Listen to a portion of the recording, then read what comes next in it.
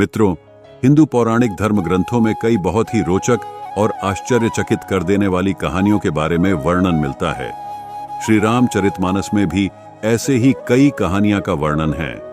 मित्रों हेतु fact world channel पर हर रोज कोई ना कोई रोचक किस्सा और कहानी आप लोगों के साथ शेयर किया जाता है। वहीं आज हम आप लोगों को एक ऐसे ही रोचक किस्से के बारे में बताएंगे जिसके बारे में शायद ही आपने कुछ सुना होगा। 14 वर्षों के वनवास के दौरान भगवान श्री राम, माता जानकी जी और श्री राम के छोटे भाई वन को चले जाते हैं।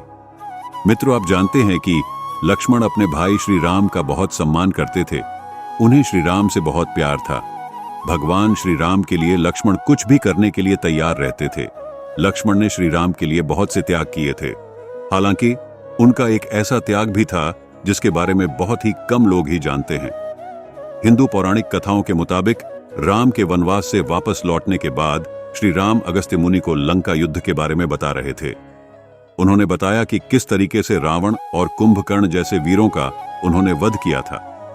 उन्होंने अगस्त्य मुनि को यह बताया कि मेघनाद जैसे ताकतवर राक्षस को लक्ष्मण ने कैसे मारा था। अगस्त्य मुनि ने इस दौरान श्री राम से एक बड़ी बात कही। उन्होंने कहा कि इंद्रजीत को लक्ष्मण ने मारा था, वे सबसे बड़े योद्धा माने जाएंगे। श्री राम लक्ष्मण की तारीफ सुनकर बहुत खुश हुए। उन्होंने अगस्त्य मुनि से पूछा कि मेघनाद को मारना सबसे कठिन आखिर कैसे था।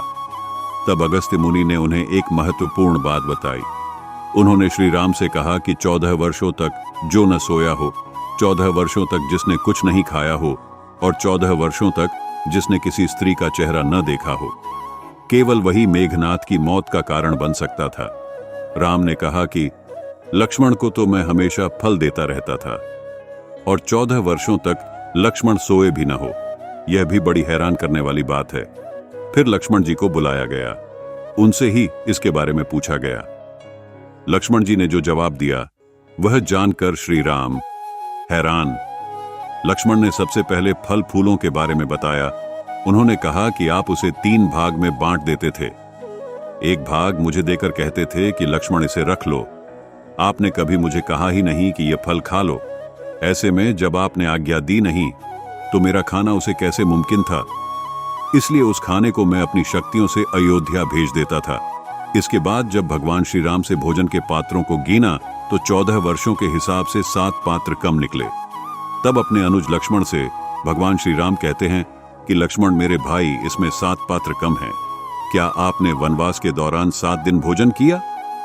तब लक्ष्मण ने कहा, भैया, पिता के स्वर्गवासी होने के दिन हम लोगों ने कुछ भी नहीं खाया था। सीता माता के हरण के दिन भी हमने कुछ भी नहीं खाया था। समुद्र की साधना करने के दिन भी वे सभी निराहार रहे थे। मेघनाद ने नागपाश में बांध दिया था, उस दिन वे अचेत रहे थे। मायावी सीता को जिस दिन मेघनाद ने काटा था उस दिन कुछ भी खाना नहीं हुआ था। लक्ष्मण ने कहा कि रावण ने एक दिन उन्हें शक्ति मारी थी, उस दिन खाना नहीं हुआ। फिर जिस दिन रावण का वध हुआ उस दिन भी सभी ने भोजन नहीं किया था। मित्रों, कहा जाता है कि वनवास काल के दौरान जब माता शबरी ने प्रभु श्री राम और लक्ष्मण को खाने के लिए बेर दिए तो लक्ष्मण जी ने उन बेरों को भी ग्रहण नहीं किया और अपनी शक्ति से हिमालय की ओर फेंक दिया था। इसके बाद लक्ष्मण ने 14 वर्षों तक नहीं सोने के बारे में बताया। उन्होंने कहा कि रात भर वे बाहर पहरेदारी करते थे। नींद उन्हें आई थी, लेकिन उन्होंने अपने बाणों से नींद को भेद डाला था। उसने हालांकि यह कहा था कि राज्याभिषेक के वक्त वह मुझे घेर लेगी, इसलिए आपके राज्याभिषेक को मैं नहीं देख पाया। मित्रों, कहा यह भी जाता है कि निद्रा देवी से लक्ष्मण ने 14 वर्षों तक उन्हें न सोने देने की प्रार्थना भी की थी। निद्रा देवी ने लक्ष्मण से तब पूछा था कि उनके बदले कौन सो सकता है। लक्ष्मण ने तब अपनी पत्नी उर्मिला का नाम लिया था, इसलिए उर्मिला 14 वर्षों तक सोती रही। उन्होंने अपनी और लक्ष्मण दोनों की नींद पूरी की। मित्रों, आगे लक्ष्मण ने सीता जी को नहीं देखने के बारे में बताया। उन्होंने कहा कि उन्होंने केवल सीता मां के चरण ही देखे थे, उससे ऊपर उन्होंने कभी भी नहीं देखा था। मां सीता के चरणों के आभूषण को ही वे बस पहचानते थे। इसी वजह से सुग्रीव ने जब मां सीता के आभूषण दिखाए थे तो वे केवल पैरों के आभूषण को ही पहचान पाए थे। लक्ष्मण ने बताया कि भैया, गुरु विश्वामित्र मुनि से मैंने एक अतिरिक्त विद्या का ज्ञान लिया था, बिना आहार किए जीने की विद्या। उसके प्रयोग से मैं 14 साल तक अपनी भूख को नियंत्रित कर सका जिससे इंद्रजीत मारा गया। भगवान श्री राम ने लक्ष्मण जी की तपस्या, सेवा और त्याग के बारे में सुनकर उन्हें हृदय से लगा लिया और भावुक हो गए।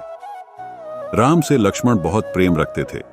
लक्ष्मण के लिए राम ही माता पिता, गुरु, भाई सब कुछ थे और उनकी आज्ञा का पालन ही इनका मुख्य धर्म था।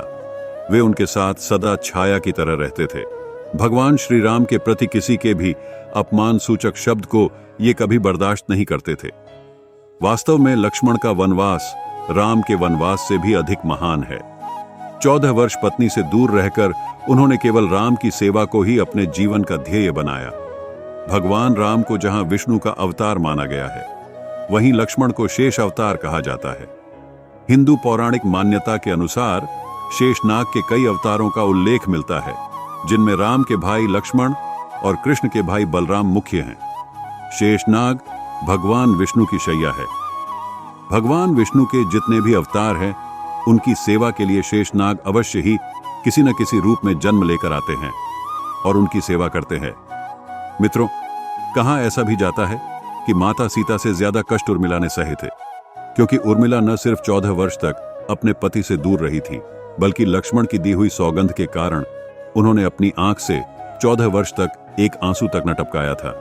इसलिए उर्मिला का त्याग माता सीता के त्याग से अधिक माना जाता है। इसके अलावा लक्ष्मण की पत्नी उर्मिला को लेकर यह वर्णित है कि वह नाग लक्ष्मी का अवतार थी और शेषनाग का नाग लक्ष्मी से त्रेता युग में विवाह हुआ था। लक्ष्मण और उर्मिला के 2 पुत्र थे, जिनका नाम अंगद और चंद्रकेतु था। मित्रों, लक्ष्मण के देश भर में बहुत सारे मंदिर है। एक मंदिर हेमकुंड झील के तट पर है, जिसे लोकपाल मंदिर के नाम से भी जाना जाता है।